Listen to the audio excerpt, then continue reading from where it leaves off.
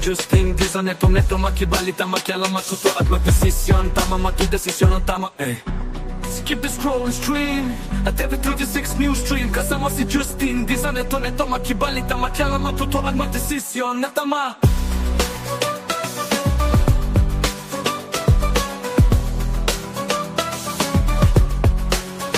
Skip the scroll and stream at TV36 News Stream. Kasama si Justin, di sa neto makibalita, makialam, matuto at magdesisyon na tama, magdesisyon na tama.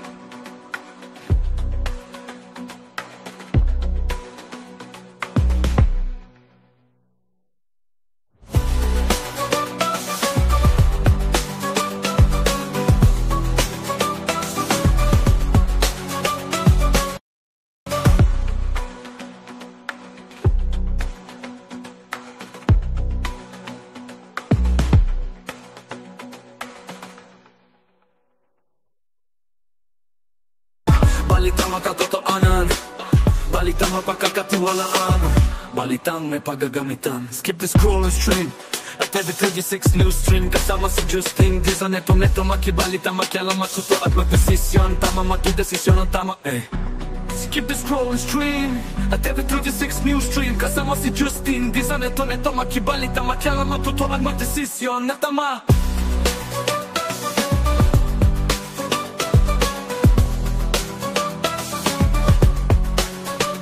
The scroll and stream at TV36 News Stream. Kasama si Justin, di sa neto makibalita, makialam, matuto at magdesisyon na tama, magdesisyon na tama.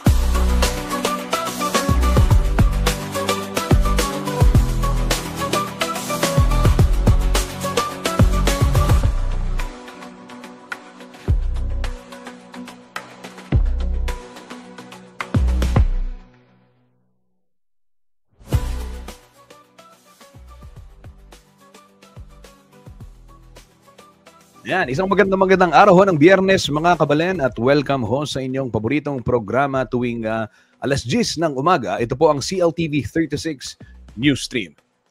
Kumusta ho kayo mga kabalen? Araw ho ng Biyernes ngayon at para ho sa iba, Payday Friday. Oo, kung mamaya meron akong tips sa inyo kung saan kayo pwedeng pumunta ngayong weekend. Ayan. Pero syempre, pag-usapan muna natin yung mga mahalaga, mga malalaking balita dito ho sa ating bansa at sa ating rehiyon. Bago natin pag-usapan yung pwede nyong pasyalan mamaya. Kumusta ho?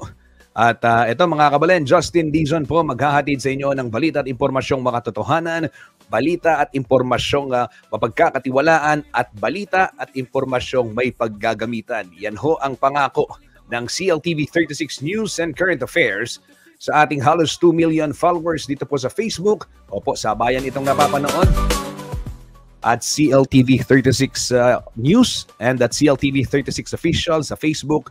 Ganyan din ho sa YouTube at CLTV 36 Official. Live din ho tayo nationwide via Signal Channel 115 Luzon, Visayas at Mindanao. Ganyan din sa Air Cable Converge Channel 71 at dito ho sa gitnang Luzon sa ating 37 cable partners. Gayon din ho sa Free TV Channel 36 dito ho sa Kalakhang, Pampanga. Kaya naman ito mga kabalen, ika nga kahit saan, pwede hong mapanood. Ito nga mga programa ng CLTV 36. At yung mga content natin available din sa TikTok at sa Spotify. Meron din ho tayong mga podcast na pwede nyong mapakinggan dyan ho sa Spotify ng CLTV 36.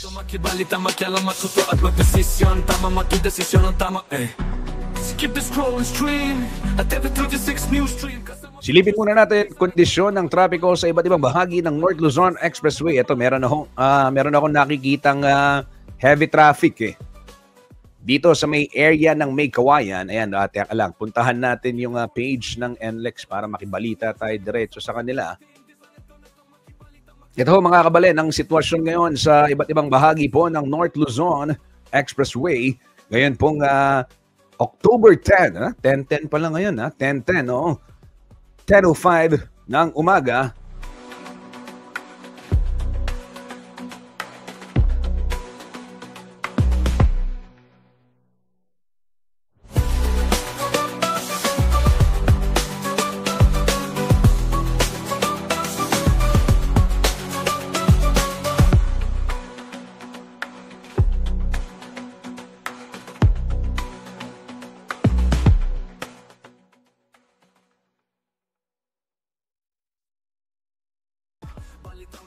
Senaryo ho sa North Luzon Expressway dito ho sa may area ng Balintawak Toll Plaza. Ayan, sa mga pauwi ho ng Pampanga, Bulacan at iba pang bahagi ng Central Luzon ngayong araw ng Biyernes. Abay, wala ho masyadong problema dahil maaga pa.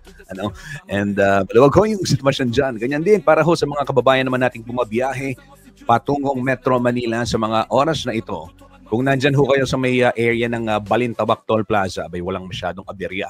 Valenzuela Interchange, magkabilang linya, maluwag din ang sitwasyon.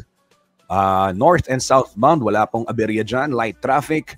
Ganyan din itong pagdating naman ng Mindanao Toll Plaza ay medyo may mahabang pila. Palabas ho ng toll booth dahil na rin sa ongoing road construction dyan sa area na yan. Meanwhile, dito ho sa may Kawayan Interchange, nakikita natin merong mga stalled vehicle sa gilid sa nagdulot ng pagbagal ng daloy ng trapiko sa area ho ng may Kawayan. Double check lang natin kung north or southbound ito. At maya-maya, sige, hanapin natin yung update ng NLEX kaugnay nitong traffic situation sa may Kawayan. Pero ito ho, makikita natin may mahabang pila o may pagkapal ng volume ng mga sasakyan dyan sa interchange. Bukawi Toll Plaza ay maluwag ang sitwasyon. Ganyan din ho ang senaryo dito ho sa North Luzon Expressway, nasakop naman ng syudad ng San Fernando, Pampanga. Magkabilang linya, light traffic sa mga oras na ito.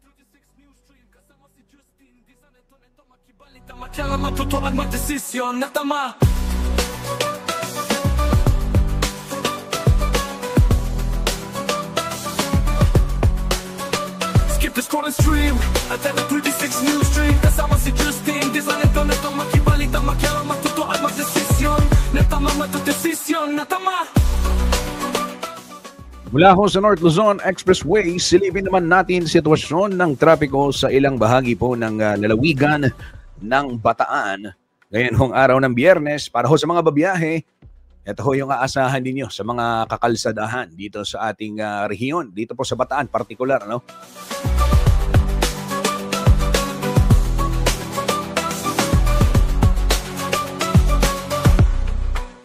Sa lalawigan ng Bataan, ito po, light traffic dyan sa may area ng Orani, ganyan din sa Samal at Abukay.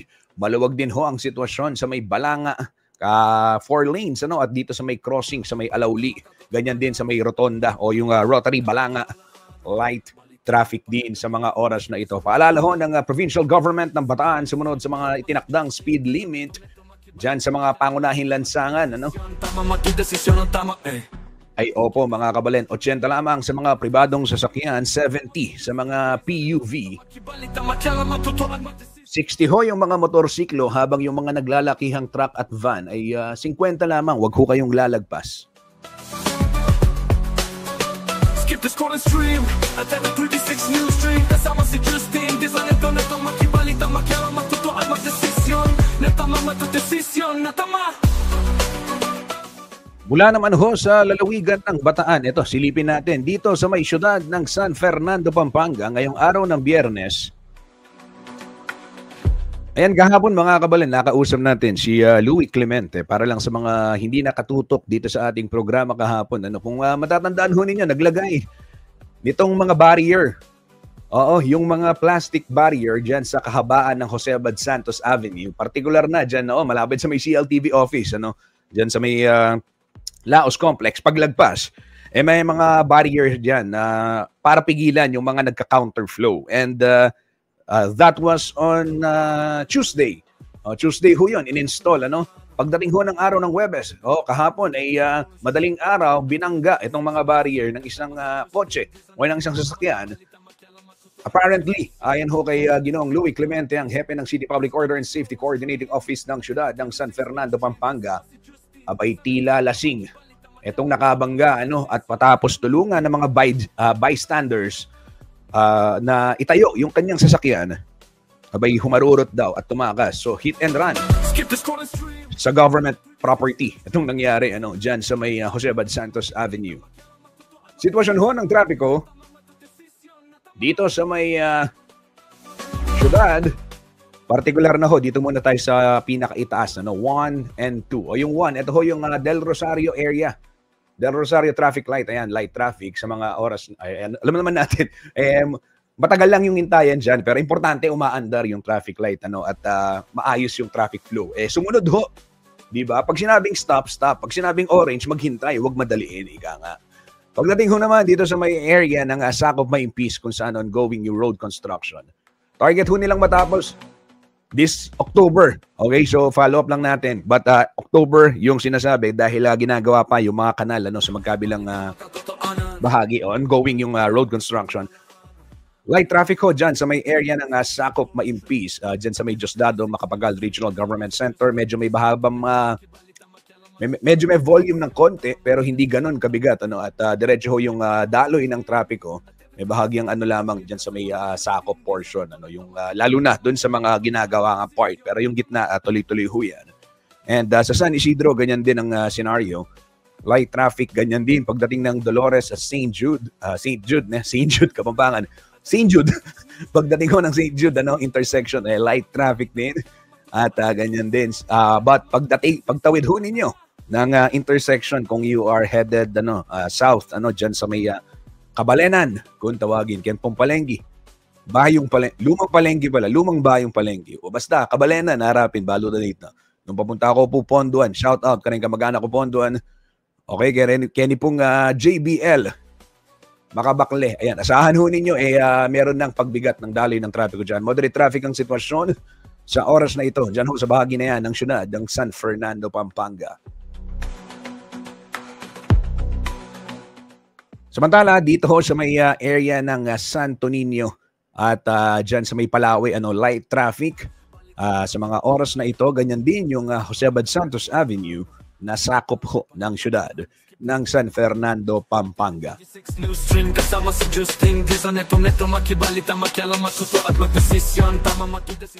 Kahapon may dinaanan kami, nung siyang araw, nung siyang araw may dinaanan kami ni paring Johnny. Ngayon ko lang na-discover kasi yun . Pero matagal ko yung isang daan, alam ko na kung kayo pa yung umiiwas dito sa traffic situation dyan sa may San Isidro, sa may Sindalan, Del Rosario, dahil nga sa may ongoing road construction and then yung mga traffic light, yung dinaanan namin ni paring Johnny kahapon, pumasok kami ng, saan nga ba yun, paring Johnny? Pumasok kami ng, basta sa Lara, sa Lara, diretso. And paglabas namin, San Isidro na, yung San Miguel na. Doon sa likod. So, Alasas, tama. Lara, Alasas. Yun yung mga dinaanan na barangay. And tuloy-tuloy naman. So, isang alternatibong ruta yun. And of course, if you can use also yung NLEX, pwede. Pero kung nagtitipid ho kayo, may maraming mga local roads. At ayon ho sa Siposco, ay tuloy-tuloy na rin yung kanilang ginagawang clearing operations dahil nga magba-Burr months na, malapit na ho yung Christmas season, kaya yung mga local roads kung tawagin, asahan ho ninyo na yun nga, yung mga nakaharang, tindahan niya, tuloy-tuloy yung kanilang clearing. And yung St. Dominic Corinthian, pwedeng maging access road. Okay, para ho sa mga kababayan natin, kung nandyan kayo sa may Dolores, palabas ng Jasa, hindi nyo na kailangan dumaan ng intersection, pwede yung pumasok ng St. Dominic and lumabas doon sa kanilang kabilang gate. Diretso na ho yun ng Jose Abad Santos Avenue.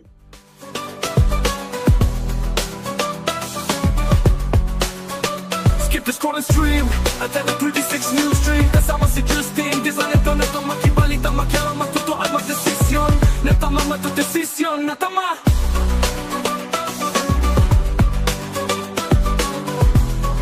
Sa oras na ito, alamin naman ho natin kung anong magiging taya ng panahon. Narito po ang latest weather report mula po sa DOST Pag-asa.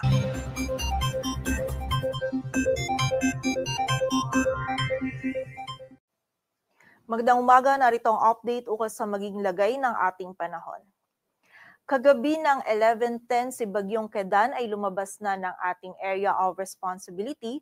Huli itong namataan sa layong 1,350 kilometers east-northeast ng extreme northern Luzon and wala po itong epekto pa rin sa anumang bahagi ng ating bansa. Samantala, kagabi din ng alas 8, yung LPA naman na minomonitor natin dito sa kanluran ng southern Luzon ay nalusaw or nag-dissipate na. And kaninang alas 2 ng madaling araw ay meron po tayong muling namataan na isang low pressure area sa labas naman ng ating area of responsibility. Ang last location nito ay 335 kilometers west-northwest ng Pag-asa Island sa may Kalayaan, Palawan, at nakita po natin na hindi ito madedevelop at magiging isang ganap na bagyo, and ang pagkilos po nito ay pahilaga. Hindi rin po natin nakikita na papasok ito sa loob ng ating area of responsibility, ngunit yung trough or extension nito ay magdudulot ng mga pag-ulan dito sa area ng Southern Luzon. Ngayong araw po yan hanggang bukas. Kaya naman pag-iingat para sa ating mga kababayan dyan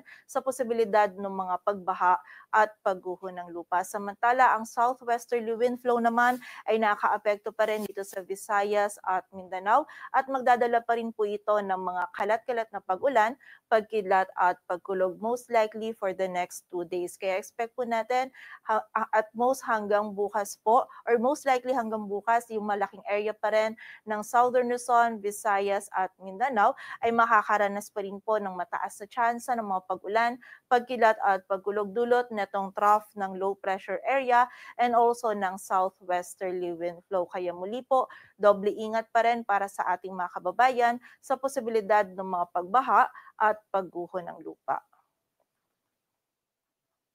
At para naman sa maging lagay ng panahon ngayong araw ng Biyernes, may mga kalat-kalat na pag-ulan, pagkilat at pagkulog tayong mararanasan dito sa Aurora, Quezon, Bicol Region, maging sa Occidental Mindoro, Oriental Mindoro, Romblon at Marinduque. Dulot po ito ng trough ng low pressure area. Ngayong umaga pa lang po nakakaranas na ng mga pag-ulan yung mga kababayan po natin dyan, and posible pong yung mga pag-ulan natin ay katamtaman at kung minsan ay mga malalakas na pag-ulan. Kaya naman muli pag-iingat para sa ating mga kababayan sa posibilidad ng mga pagbaha at pagguho ng lupa. Samantala, dito naman sa Metro Manila, maging sa nalalabing bahagi ng Central Luzon at Calabarzon, magiging makulimlim din po yung ating panahon. Pagsapit ng tanghali onwards ay magiging mataas na po yung tsansa ng mga pag-ulan, pagkilat at pagkulog, dulot pa rin nitong trough ng LPA. Kaya naman kapag po tayo ay lalabas, huwag pa rin natin kalilimutan yung mga pananggalang natin dito sa mga pag-ulan na ito.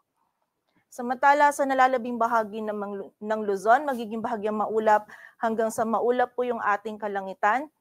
Meron po tayong posibilidad pa din ng mga isolated o mga biglaang pag-ulan, pagkilat at pagkulog, dulot yan ng mga localized thunderstorms. And during severe thunderstorms, posible pa rin po tayong makaranas ng mga katamtaman hanggang sa mga malalakas po na pag-ulan. Kaya naman pag-iingat pa rin para sa ating mga kababayan sa banta ng mga pagbaha at pagguho ng lupa.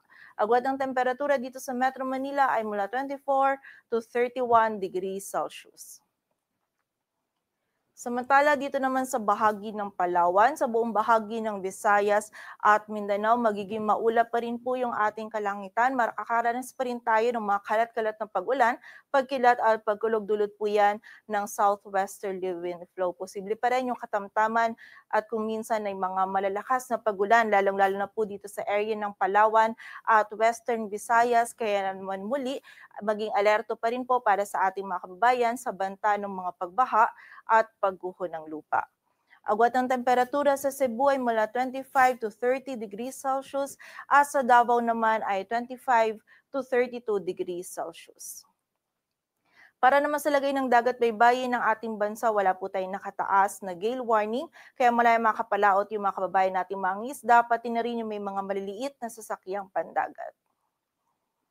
Dito sa Metro Manila, ang araw ay sisikat mamayang 5:47 ng umaga at lulubog mamayang 5:39 ng hapon. Patuloy po tayo magantabay sa updates na ipapalabas po ng Pag-asa. Para sa mas kumpletong impormasyon, bisitahin ang aming website pag-asa.dost.gov.ph. At para naman po sa pinapalabas ng mga heavy rainfall warnings, thunderstorm or rainfall advisories ng ating mga regional offices, bisitahin ang aming website panahon.gov.ph. At yan po muna ang latest dito sa Weather Forecasting Center ng Pag-asa. Grace Castañeda, magandang umaga po.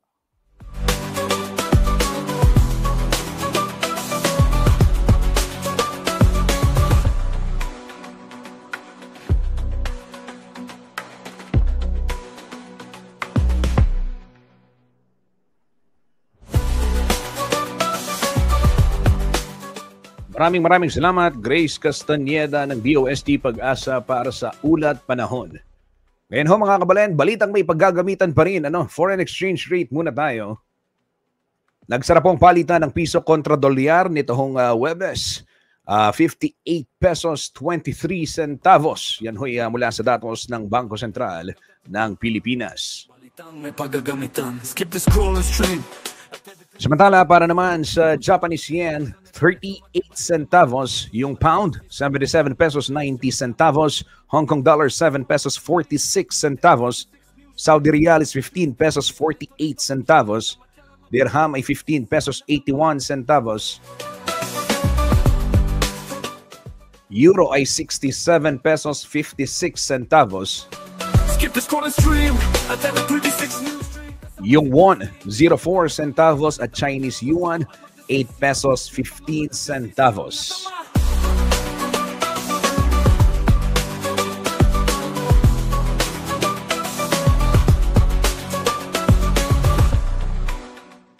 Balitang may paggagamitan, public service announcement. Ngayon pong Sabado o bukas, araw ho ng Sabado, October 11, mawawalan ho ng supply ng kuryente dyan sa may bahagi ng Barangay Pagiran sa Florida Blanca, Pampanga, alas 9 ng umaga hanggang alas 12 ng tanghali. Abak po ang ganang ugtun Pagsadyan tayo po kabalen, kaya pong karing kabalen tamo Barangay Pagiran, King Florida Blanca, Pampanga, alas 9 hanggang na pong alas 12 ng ugtun. Balitang may paggagamitan. Skip the scroll and stream. Mag-layout la po kanong primary line ng Svelapco.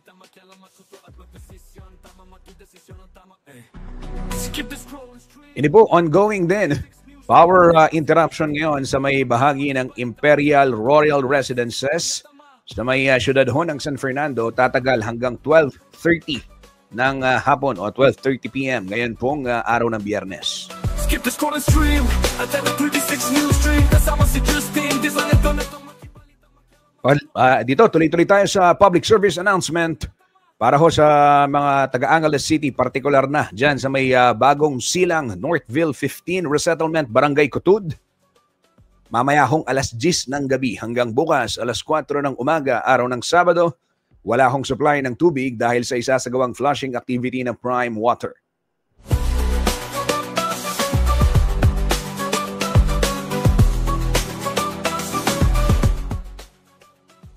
Sa syudad naman ng Mabalacat, mamaya pong 9 p.m. hanggang bukas 5 a.m. ay mawawalan din ang supply ng tubig dyan sa may San Rafael Village at sa Mirus Subdivision dahil pa rin sa flushing activity gagawin ho ng Prime Water. Balitang mapagkakatiwalaan. Balitang may paggagamitan. Skip the scroll and stream. Ito ho, mamayang alas 3, ngayon pong Biyernes, 3 p.m. hanggang 5 p.m. Diyan ho sa may Dagohoy Street, Natividad Street at Silvestre Street, kaya pong Barangay Lourdes Sur East, kaya pong Angeles City.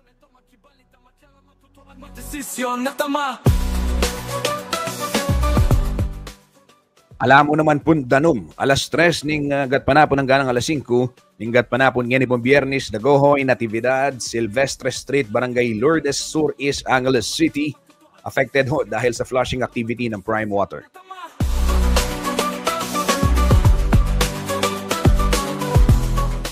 Meron pa. Mamayang 1 p.m. hanggang 4:30 p.m. Diyan ho sa may Lubao, Pampanga, Barangay San Miguel at San Francisco, mawawalan din ang supply ng tubig dahil sa flushing activity ng Prime Water.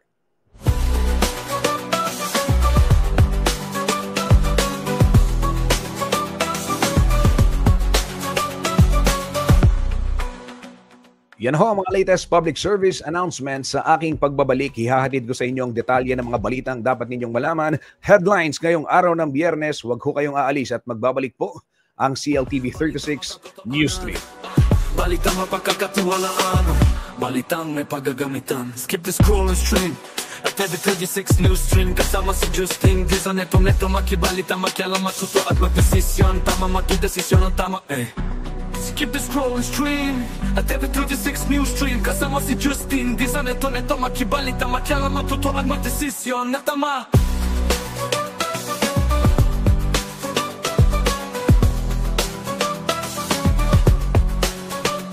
the scroll and stream at the 36 News Stream. Kasama si Justin, di sa neto makibalita, makialam, matuto at magdesisyon. Natama matudesisyon, natama.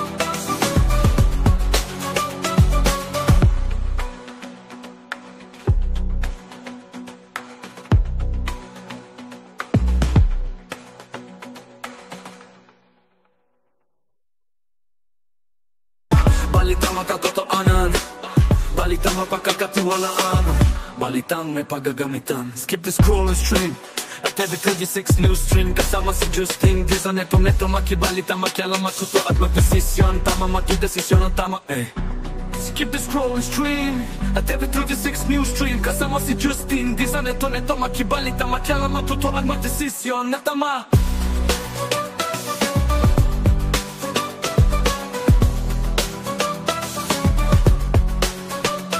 The scroll and stream at every 36 News Stream. Kasama si Justin, di sa neto makibalita, makialam, matuto at magdesisyon. Natama matudesisyon, natama.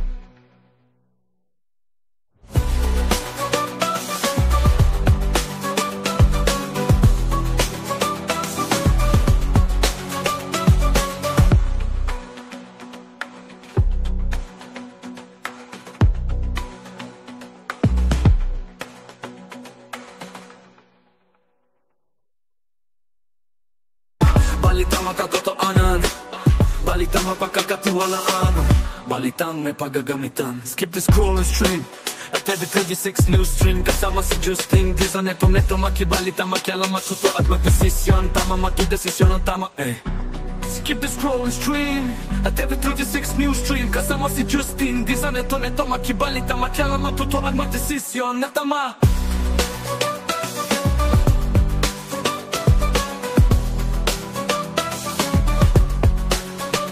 Skip the scroll and stream at every 36 News Stream. Kasama si Justin, di sa neto makibalita, makialam, matuto at magdesisyon.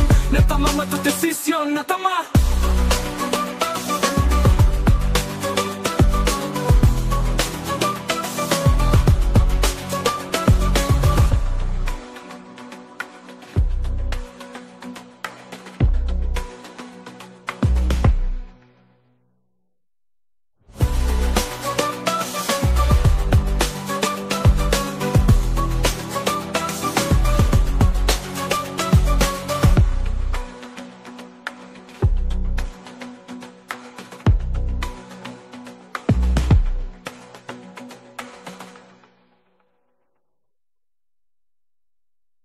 Balitang makatotoanan, balitang mapagkakatiwalaan, balitang may paggagamitan. Skip the scroll and stream at every 36 News Stream.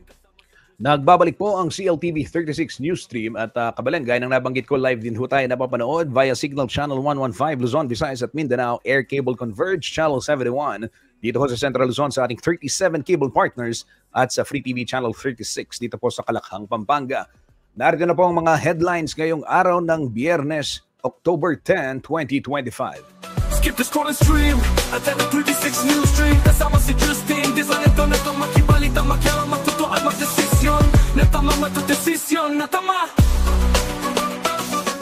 Ito ho mga Kabalen, nagulat tayo sa mga revelasyon, ano? O nagulat nga ba talaga tayo? Yun ang isa sa mga tanong dahil hindi po bababa sa 421 na flood control projects ang maituturing umanong ghost project. Sa buong Pilipinas yan, ayon na rin mismo kay Secretary Vince Dizon ng DPWH. Yan po ay kanyang inihayag kahapon sa isang press briefing. Ayon ho kay Dizon, ito po ay nadiskubre matapos silang magsagawa ng validation sa 8,000 DPWH projects. So dun sa numero na yun, 421, malaking porsyento yun. At yung 421, ito yung mga ghost project. Ika nga, hindi nag-exist kung tawagin. Ito pong validation ay isinagawa ho ng pamahalaan, pinamunuan ng DPWH, kasama ho coordinated itong naging operation na ito, kasama yung Department of National Defense, kasama rin yung Armed Forces of the Philippines, Philippine National Police, at yung Department of Economy, Planning, and Development. Ito ho yung dating NEDA, kung tawagin, yung National Economic Development Authority o DepDev na ngayon, kung tawagin. Ayon ho kay Dizon, ay hindi naman niya ibinanggit, hindi niya dinisclose itong total value o yung funding period ng mga ghost project, pero marami raw sa mga ito ay naitala dito sa Luzon. At ito hong mga ginawang congressional probes sa mga nakaraan, ay at yung mga ocular inspection ni Pangulong Marcos, nakita natin meron talagang mga ghost project na nag-exist. Patunay lamang din ito. At itong ginagawang pagdinig nga o itong ginagawang investigasyon ay lumalabas na 421 at least yung mga sinasabing ghost project. Pakinggan muna natin pahayag ni Secretary Dizon, ongoing ngayon yung press con. O kanina, katatapos lamang ng press con ng DPWH. Narito yung ilang bahagi ng kanyang pahayag. Pakinggan muna natin. Dahil alam nyo naman, aparte dun sa lindol tsaka bagyo na tumama sa atin last week, unfortunately, meron din tayong man-made calamity, yung pagbagsak ng Pigatan Bridge sa Alcala, Cagayan na binisita natin nung Miyerkules. So magbibigay ako ng mga updates ngayon. Unahin ko yung update sa Pigatan Bridge sa Cagayan. Alcala, Cagayan. So unang-una, tatlo ang ating naging immediate na solusyon. Ito mga kabalan, babalikan natin mamaya i-ating i-stream ng buo itong press conference din ni Secretary Vince Dizon upang ma-update tayo ano yung latest naman kaugnay itong mga na-inspection pa nila. And of course, may mga gumuhungang mga tulay. Na itong ang gumuguhong tulay na ito, alam naman ho natin, di ba, na kailan lang, nung nakaraang taon, mayroong isang tulay, gumuho, isang taon pa lamang nagagawa, nawasak na. Ito ho'y, patunay na may mga, hindi natin sinasabing itong gumuhong tulay na ito, substandard, pero yung pagguho ng mga ganyang klaseng proyekto, gobyerno na rin mismo ang nagsabi, na talagang malalim yung corruption sa mga infrastructure project. Ayon ho kay Senator Lacson, ay talagang ibang klase itong extent ng corruption sa mga infrastructure program ng pamahalaan. At ayon ho, nabanggit nga niya yung 421 sa loob ng out of 8,000 flood control project ay nagpapakita na ito nga talagang malaking galaw, yung korupsyon, malalim yung ugat at marami ang involved. Ayon ho kay Senator Lacson, itong revelation ni Senator Win Gatchalian na mahigit 10 billion pesos na halaga ng farm-to-market roads na napondohan mula noong 2023 and 2024 ay overpriced kung tawagin, at meron pa ngang isang proyekto daw na ang halaga ay 23 times na mas mataas doon sa standard price na cement ng DPWH. At yung iba, mas mataas pa ng 70%. So, ito po ay hindi lamang flood control. Ito po ay farm-to-market roads na. Yung pinag-uusapan, yung sinasabi nating overpriced na farm-to-market roads. Yung binanggit ni Senator Win Gatchalian na mahigit 10 billion farm-to-market roads. 10 billion pesos yung halaga. Tinayo mula 2023 hanggang 2024. Maituturing na overpriced. Dahil hindi lang doble, hindi lang triple, 23 times. Okay? 23 beses na mas mataas. So kung 10 piso yung kalsada, 230 pesos yung siningil nila. Kung 10 million yung kalsada, 230 million pesos yung siningil nila. Yun ho, yung gravity ng korupsyon na kinahaharap natin. Ayan. Pagbati kay Paulo G. Santos, Koyang, get well soon. Shout out Paulo G. Santos. Ayan. ito si Paolo G, marami ring na-discovering mga anomalya eh. Kaya itong yung mga balita ho natin, ito, napanood nyo naman, no? Patunay ho ito, ika nga, doon sa talagang nararanasan natin problema. At babalikan ko ulit yung napag-usapan namin doon sa So to Speak program kasama yung mga taga-DepEd. Isipin ho ninyo, may mga eskwela sa Bulacan, Kalumpi, Tagonoy, mga ibang bayan, mga coastal towns, ano?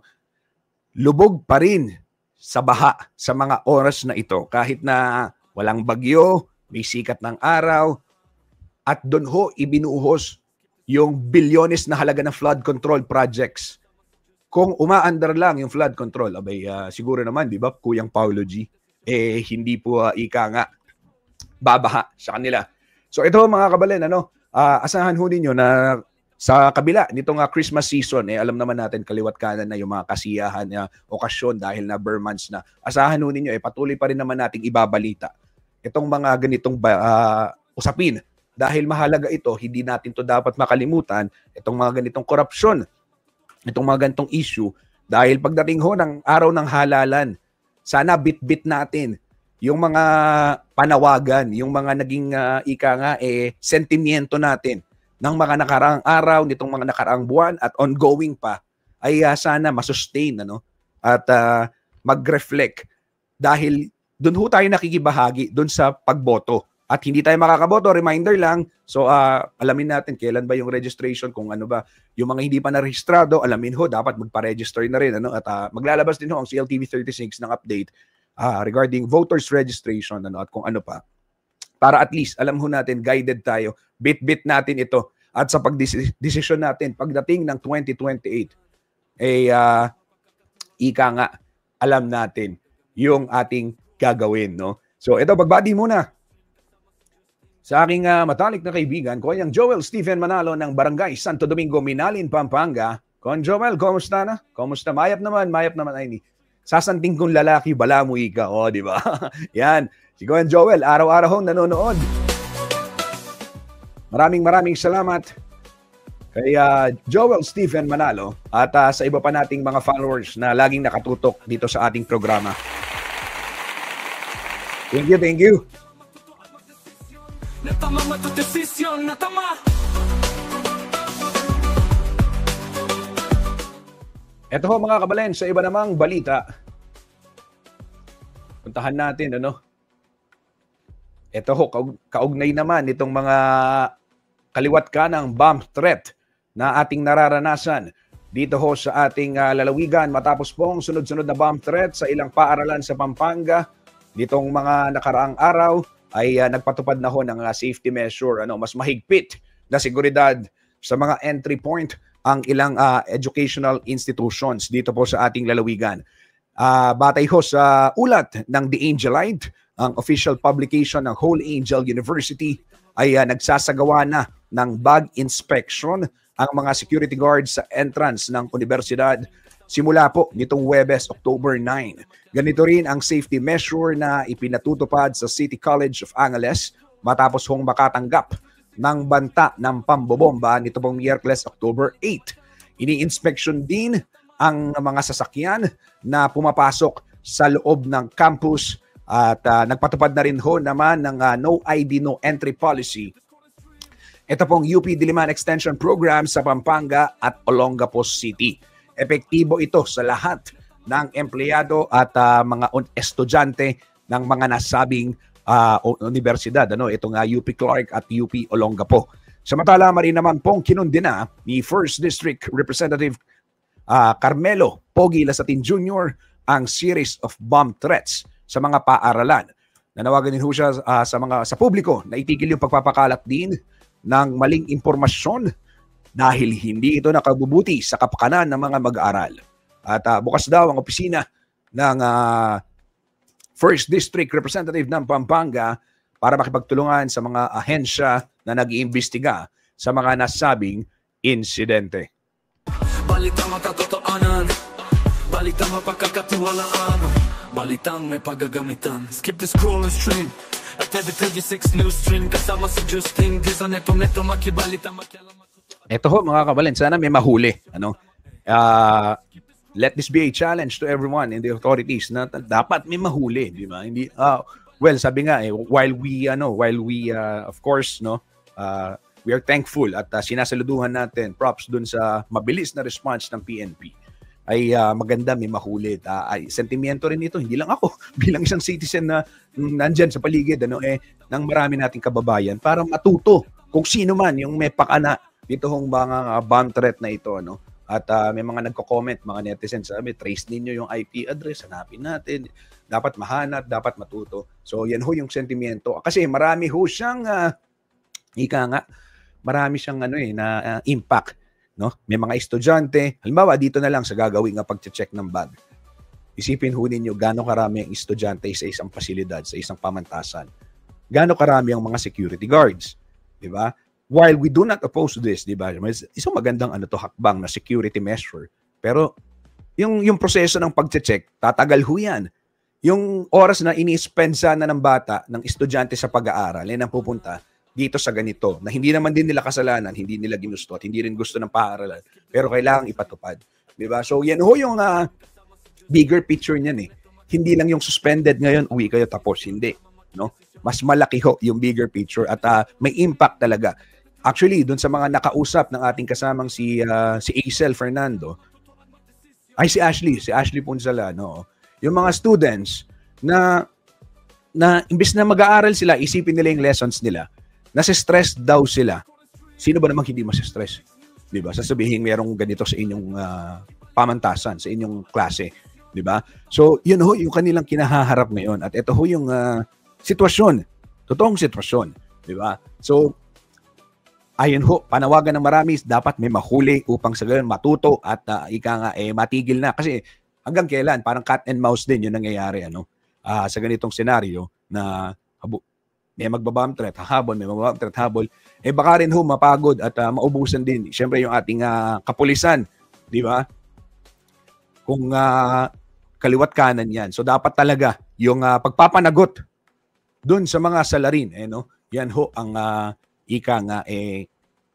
makita rin natin sa mga darating na panahon. And I'm sure naman ginagawa ho yan ng PNP dahil nakipag-ugnayan na doon sa latest update natin, nabanggit nga natin, nakipag-ugnayan na ho yung PNP dyan sa may anti-cybercrime group ng kanilang tanggapan, ganyan na rin para ho magsagawa ng digital forensics kung tawagin upang matrace nga itong mga nagpapakalat ng mga bomb threat sa mga pamantasan at iba't ibang paaralan dito ho sa lalawigan ng Pampanga. Gaya na lamang ho nitong isang paaralan kung saan suspendido ho yung face-to-face classes hanggang ngayong araw. Kahapon po sinuspende yung classes sa Governor Rafael L. Lazatin Integrated School. Diyan ho sa may barangay Sapa, Libutad, Angeles City dahil nga sa banta banta sa seguridad ng mga mag-aaral. Ayon ho sa ulat, ay nagmula itong threat sa isang Facebook comment na nagngangalang Simbulan John Mark. Nagsabing mayroon umanong tinanim na bomba sa loob ng nasabing paaralan at sasabog ng October 9 at Biyernes October 10. Yan huy batay dun sa report. Dahil po dito ay agad at mabilis na rumisponde yung Philippine National Police Special Weapons and Tactics o yung SWAT unit at yung mga barangay officials upang magsagawa po ng inspeksyon at tiyakin yung kaligtasan ng mga mag-aaral at guro. Matapos po yung masusing paghalughog sa lugar, gamit ho yung mga K9 units, ay natukoy na walang natagpuan na anumang pampasabog sa nasabing paaralan. Sa kabila ho nito ay suspendido pa nga ang klase ngayong Biyernes at nagpatupad ng modular learning bilang, of course, extra layer of security na rin matapos hong sabihin nga dun sa threat na kahit ngayon October 10 ay merong ilinagay na explosive device diyan sa nasabing pamantasan. Paaralan sa nasabing paaralan diyan sa may Rafael Lazatin, sa Sapa, Libutad, Angeles City.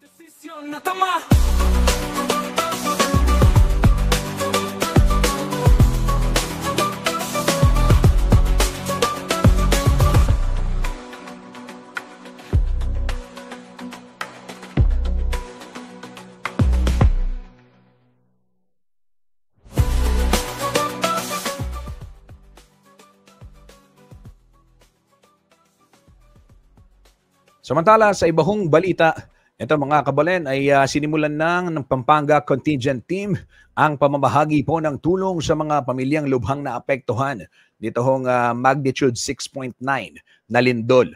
Partikular hong nagtungo itong ating mga kabalen volunteers sa Daan Bantayan, Cebu. Kabilang ho sa mga ipinamahagi ang bigas at iba pang pangangailangan bilang bahagi o parte ng malawakang relief mission ng mga Kapampangan para sa Cebuano. Batay ho sa pinakauling ulat ng Provincial Disaster Risk Reduction and Management Office o PDRRMO, umakyat na sa mahigit 70 o 70 ang bilang ng mga nasawi, habang mahigit 9,000 aftershocks ang naitala ng PHIVOLCS mula po nang tumama ang nasabing lindol sa Bogos City, Cebu nito pong September 30.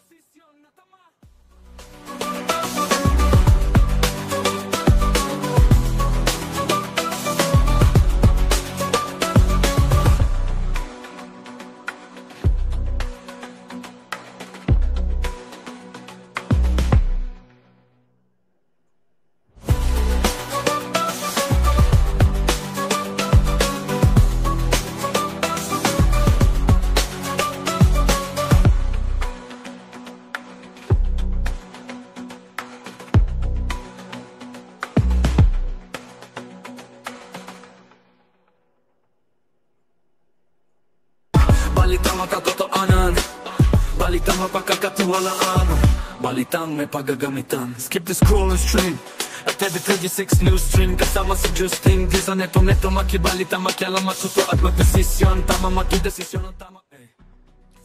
Kabayan, para ho sa mga mahihilig sa pelikula kagaya ko, gaganapin ho ang kauna-unahang Japanese Film Festival dito ho sa Angeles City. Madalas ho itong gawin sa Maynila. Naalala ko nung kabataan ko, dinadayo ko pa yan sa may, sabi nga ni Maria Malonzo, sa Shangri-La, di ba meron yung Japanese Film Festival. Ako nakanood ako sa Glorieta 4. Doon ginawa yung Japanese Film Festival nung time na ako'y nakanood. Pero ito ho, ay hindi na natin kailangang lumayo dahil ito pong Japanese Film Festival, gagawin ito sa siyudad ng Angeles at libre ho ito sa may sinihan dito sa Clark, SM Clark. Panoorin ho natin ano yung dapat nating abangan dito sa exciting na ito, exciting activity na ito. At syempre, ito po yung magtatagal ng 1 linggo. Di ba? So, narito po.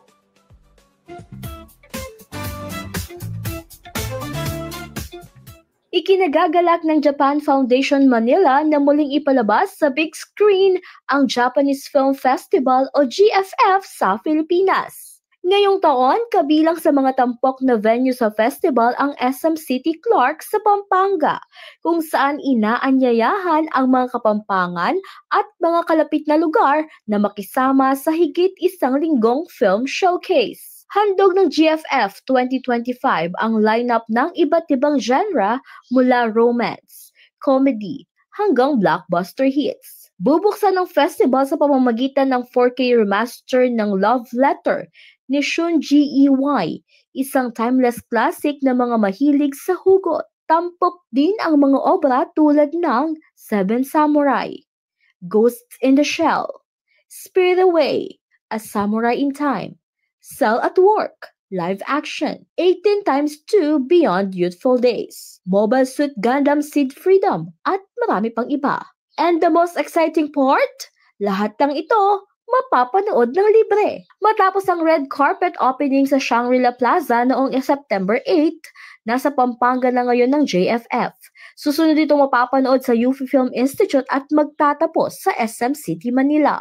Pero hindi lang sa mga sinihan dadalhin ng festival dahil palalawakin pa ito sa pamamagitan ng special screening sa mga universidad sa Visayas at Mindanao simula sa November. Sa mga interesadong manood kasamang inyong pamilya o barkada, maaaring bisitahin ang official website ng Japanese Film Festival 2025 para sa full schedule, tickets at iba pang detalye. At yan po ang ating entertainment news. Ako po si Danica Gino para sa CLTV 36 News. At every 36 news stream, kasama si Justin Dizon, neto makibalita, makialam, matuto at magdesisyon na tama.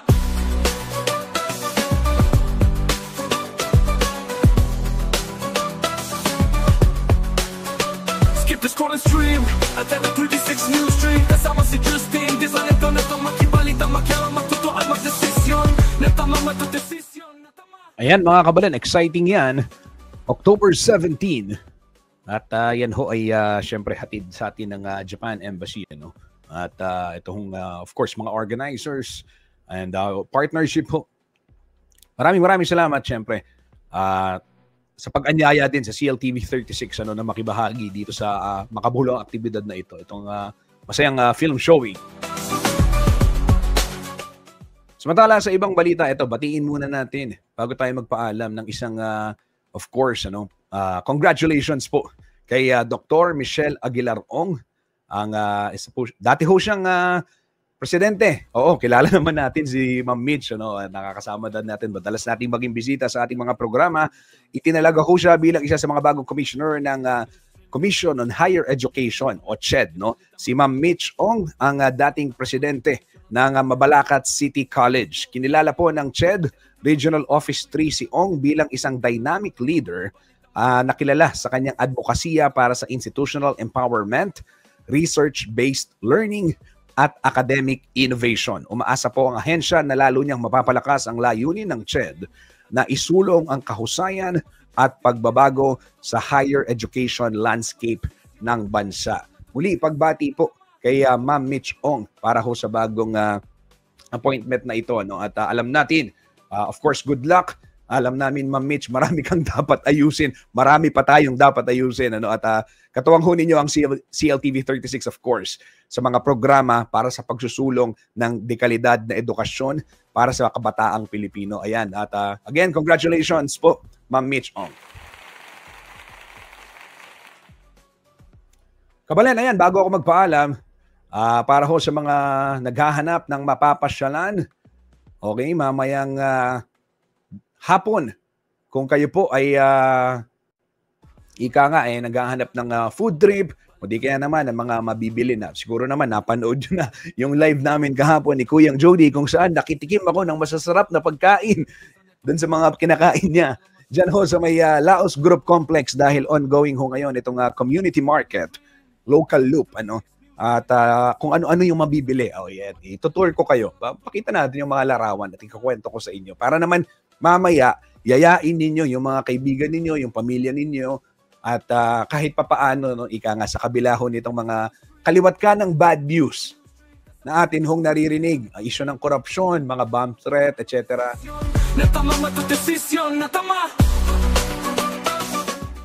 Mahalaga rin hong mag-take ng break, ika nga. Take a break, magpahinga, mag-pause at mag-enjoy dahil yan ho'y importante sa ating mental health. Ika nga, di ba? So hindi lang dapat puro, while we acknowledge na hindi dapat kalimutan ang mga problema ng ating lipunan, hindi naman din dapat nating kalimutan yung kahit papaano pasayahin ang ating mga sarili, di ba? Lalong-lalo na ho ngayon, yan, pwede ho kayong magpasyal dyan at ika nga, bumili ng iba't ibang mga pagkain, kagaya na lamang, of course, ito pakita natin yung mga larawan. Ayan. So yan ho yung entrance. Sa pagpasok nyo, makikita nyo na yung mga mascot. And then, syempre, nandyan ho yung BJMP. May mga tinitinda silang mga accessories, bags, abubot, anik-anik, bracelets, pamaypay, display, gamit sa bahay. Nagawa ho ng mga persons deprived of liberty.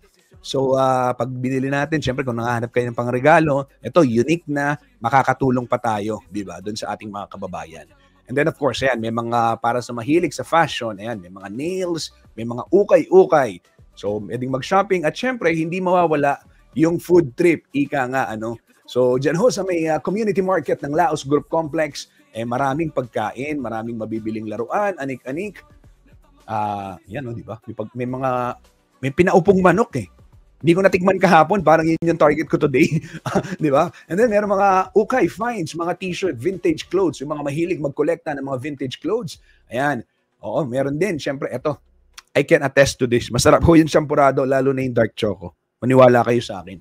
Oo, masarap talaga siya. Of course, meron din yogurt. Ayan, yung at yung kanina yung binanggit ko ngayon sa BJMP, ay sinabayan ho yan ng lights on ceremony dito ho sa Laos Group Complex upang sa gayon maramdaman natin yung diwa ng Kapaskuhan. Alam ho ninyo, ito'y sinimulan ng ating founder Levi P. Laos, matapos yung pagputok din ng pinatubo dahil yung mga tao malungkot, di ba? So para naman merong kasiyahan, yan, pailawan natin yung ating mga pasilidad, magawin nating makulay, i-welcome natin yung mga tao upang sa gayon kahit papaano magkaroon sila ng pag-asa. And itong mga Merry Met na ito, huwag natin kakalimutan, Pasko. Ang simbolo naman ng parol, di ba? Is symbol of hope, di ba? So sa kabilahon, itong mga kaliwat ka ng problema na ating nararanasan sa ating bayan, huwag natin kakalimutan na merong pag-asa, di ba?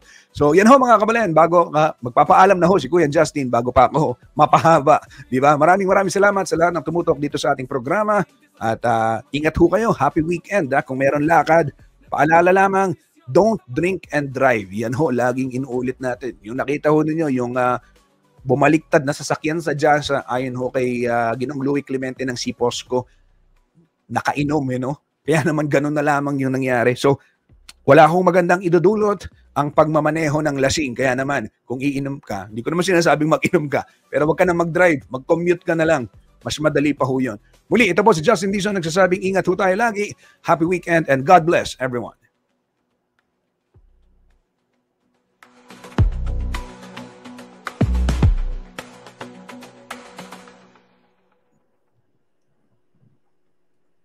Balitang matatotoanan, balitang mapagkakatiwalaan, balitang